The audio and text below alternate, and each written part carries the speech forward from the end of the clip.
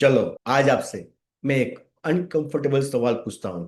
अगर मैं आपको आज 1 करोड़ रुपए दे दूं तो क्या आपकी फाइनेंशियल लाइफ हमेशा के लिए बदल जाएगी? शायद हाँ, लेकिन क्या आपका माइंड उस 1 करोड़ के संभालने के लिए तैयार है? क्योंकि हो सकता है आपकी प्रॉब्लम सिर्फ पैसे की कमी नहीं है, हो सकता है आपका माइंड के अंदर बहुत सारी बिलीफ आपको बार बार उसी फाइनेंशियल सिचुएशन में वापस ले जा रही है। और सबसे इंटरेस्टिंग बात, आपको शायद पता भी नहीं कि आप इन बिलीफ को रोज अपने साथ लेकर घूम रहे हैं। आज मैं आपको 3 ऐसे मनी के बिलीफ बताऊंगा और हर बिलीफ के एक रियल लाइफ एग्जाम्पल दूंगा, ताकि आप खुद पहचान सके कि क्या ये बिलीफ आपके अंदर भी है। और तीसरा बिलीफ शायद आपको सबसे ज्यादा सरप्राइज करेगा। तो ध्यान से सुनिए पहला बिलीफ, तो ध्यान से सुनिए।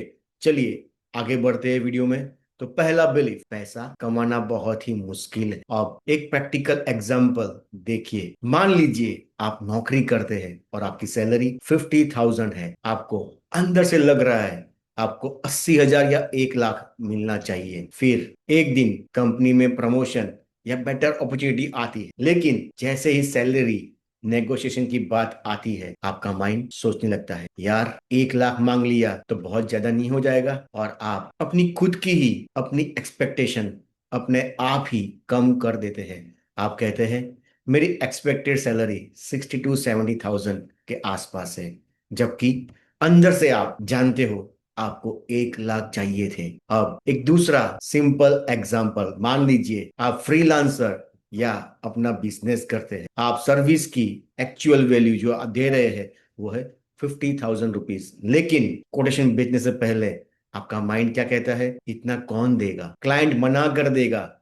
चलो 30,000 बोल देता हूँ। और अभी भी आप खुद की प्राइस कम कर देते हैं। फिर बाद में कहते हैं मेरे बिजनेस में पैसे नहीं आ रहे हैं। हो सकता है प्रॉब्लम बिजनेस में नहीं, बल्कि आपकी जो मनी को लेकर जो बिलीफ है उसमें। अगर आपके लिए मनी हमेशा स्ट्रगल, स्ट्रेस और सेक्रीफाइस से जुड़ा है, तो आपका माइंड कभी उसे नेचुरली मान ही नहीं सकता है। पैसा आसानी से नहीं आता, ये हमारी सबसे बड़ी बिलीफ है। अब खुद से एक सवाल पूछिए, क्या आपने कभी अपनी वैल्यू कम करके सिर्फ इसलिए की है क्योंकि ज्यादा पैसे मांगते समय आपको अनकंफर्टेबल फील हो रहा है? अगर हाँ, तो दूसरा बिलीफ आपके लिए बहुत ही इंटरेस्टिंग होने वाला है। दूसरा बिलीफ हमारा है, ज्यादा पैसा मेरे लिए नहीं है। हो सकता है आप ये वर्ड्स को कभी बोले ना हो, बट सबकॉन्शियस माइंड में कहीं ना कहीं आपके ये चीज छुपा रहता है कि मैं इतने सारे पैसे को कैसे डिमांड कर सकता हूँ, मेरी बैकग्राउंड ही ऐसी नहीं है, हमारी फैमिली में किसी की तनख्वाह इतनी नहीं थी, मेरे पास पैसे का रखने के लिए कोई रिसोर्स नहीं है, मैं बिजनेस करने वाला इंसान नहीं हूं, इतना पैसा मेरे लिए पॉसिबल नहीं है। एक सिंपल एग्जाम्पल के थ्रू ये सारी जो लिमिटिंग बिलीफ है, उसे दो लोग एक कंपनी के अंदर काम करते हैं, दोनों की स्किल लगभग सिमिलर है। एक व्यक्ति प्रमोशन के लिए अप्लाई करता है और दूसरा सोचता है अभी मैं उस लेवल तक पहुंचने के लिए रेडी नहीं हूं। तो पहला व्यक्ति अपॉर्चुनिटी को ट्राई करता है और उसे प्रमोशन मिल जाता है। शायद दूसरे व्यक्ति ने भी ट्राई किया होता, उसे भी प्रमोशन मिल जाता, लेकिन दूसरे व्यक्ति ने क्या किया, अप्लाई ही नहीं किया। क्यों?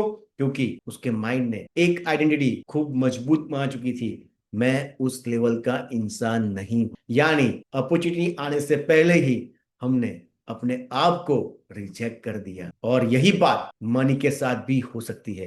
कई बार लिमिटेशंस आपकी एबिलिटी में नहीं होती है, कई बार आप अपनी ही नजर में अपनी वैल्यू कम करते हो। इसलिए खुद से आज एक सवाल पूछिए, मैं अपनी कितनी इनकम को नॉर्मल मांगता हूं? आप जो भी नंबर से कंफर्टेबल हो वो आपकी रियल वैल्यू है, चाहे वो 50,000 है, 1 लाख है, 5 लाख है, या उससे भी ज्यादा हो सकता है। क्योंकि आपका माइंड जिस इनकम को बहुत ज्यादा मांगता है, उसे अचीव करने की पॉसिबिलिटी भी उतनी कम कर देता है। तो ये थी हमारी दूसरी बिलीफ, और इसे प्रूव करने के लिए एक छोटा सा एक्सपेरिमेंट करते हैं। चलिए जस्ट इमेजिन कीजिए, आज सुबह आपको फोन आता है कि आपकी बैंक अकाउंट में कहीं से 1 करोड़ रुपए क्रेडिट हो चुके हैं। अब अगले 10 सेकंड में आपकी माइंड में पहली तीन कौन सी थॉट आएगी? क्या आप सोचते हैं मैं ये पैसे से घर खरीदूंगा, मैं ये पैसा इन्वेस्ट करूंगा, या फिर मैं ये पैसे को यूज कर कर अपनी फैमिली को सपोर्ट करूंगा, या फिर इतना पैसा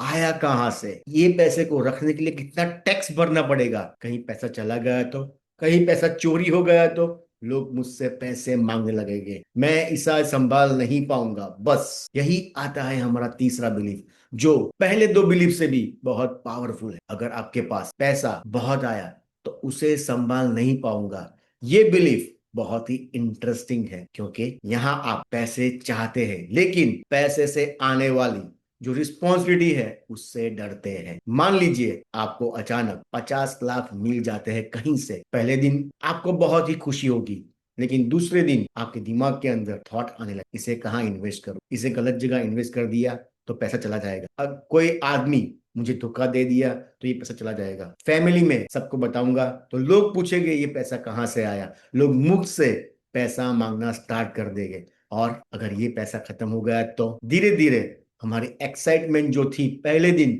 वो धीरे धीरे हमारी लाइफ के अंदर एंजाइटी क्रिएट करती है।